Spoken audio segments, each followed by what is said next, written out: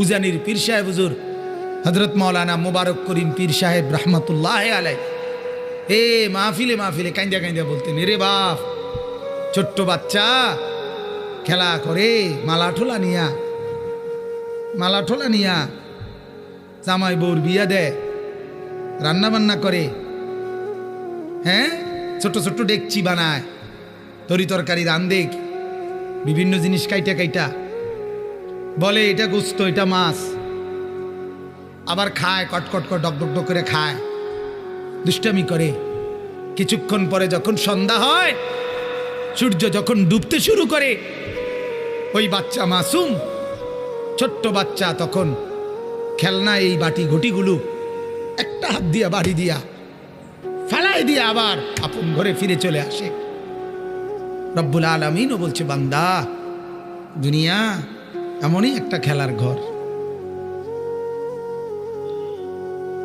এমনই একটা খেলার ঘর। ইসরাফিল যখন ফু দিবে তখন তো আছেই, আর মালাকুল মউত যখন আসবে তখন বান্দা এই সোফা, এই খাট, এই ফার্নিচার, এই দালান আর এই বিল্ডিং সব ফেলে দিয়ে চলে যাবে, ঠিক না বাজান? এগুলো কিছুই নেবে না, ধোকা। ওমা হাদিহিল হায়াতুদ দুনিয়া ইল্লা লাহবুন ওয়া লাইব। তাহলে কোন সূরা মনে আসেনি? আনকাবুত। এই আয়াত আগে শুনাই, নাহলে মনটা শান্তি লাগবে না। মাতালুল্লাযীনা ইত্তাখাযু মিন দুনিল্লাহি আউলিয়া কামাসালিল আনকাবুত। আল্লাহ বলে, আমার বান্দারা, আমি আল্লাহকে বাদ দিয়ে যে যেদিকে ছুটছো, তোমরা যেন মাকড়সার ঘর বানাইতেছো। হ্যাঁ, কি কথা! মাতালুল্লাযীনা ইত্তাখাযু মিন দুনিল্লাহি আউলিয়া, আল্লাহকে বাদ দিয়ে যাকে যাকে বন্ধু বানাইলা, যাকে বন্ধু বানাইলা, আল্লাহকে নারাজ করে বিবিকে খুশি করলা, ছেলে মেয়েকে খুশি করলা, নেতাকে খুশি করলা। আল্লাহ বলেন, কামাসালিল আনকাবুত, এটা যেন মাকড়সার মতো আচরণ।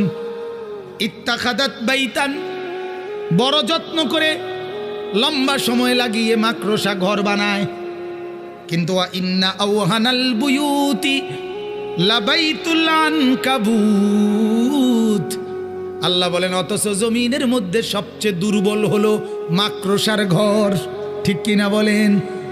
6 মাসের বাচ্চা, ওইটাও যদি মাকড়সার এই প্রাসাদ, মাকড়সার বিল্ডিং এর মধ্যে হাত বুলায়, সাথে সাথে মাকড়সার ঘর ভেঙ্গে চৌচির, ঠিক কিনা বলেন? আল্লাহকে বাদ দিয়ে যা করছো, আল্লাহ বলেন মাকড়সার ঘরের মতো। লাউ কানু ইয়ালামুন, যদি বুঝতে, আল্লাহ বলেন যদি বুঝতা, যদি বুঝতা, তাহলে কলিজা ফাটে মরে যাইতা। যদি বুঝতা,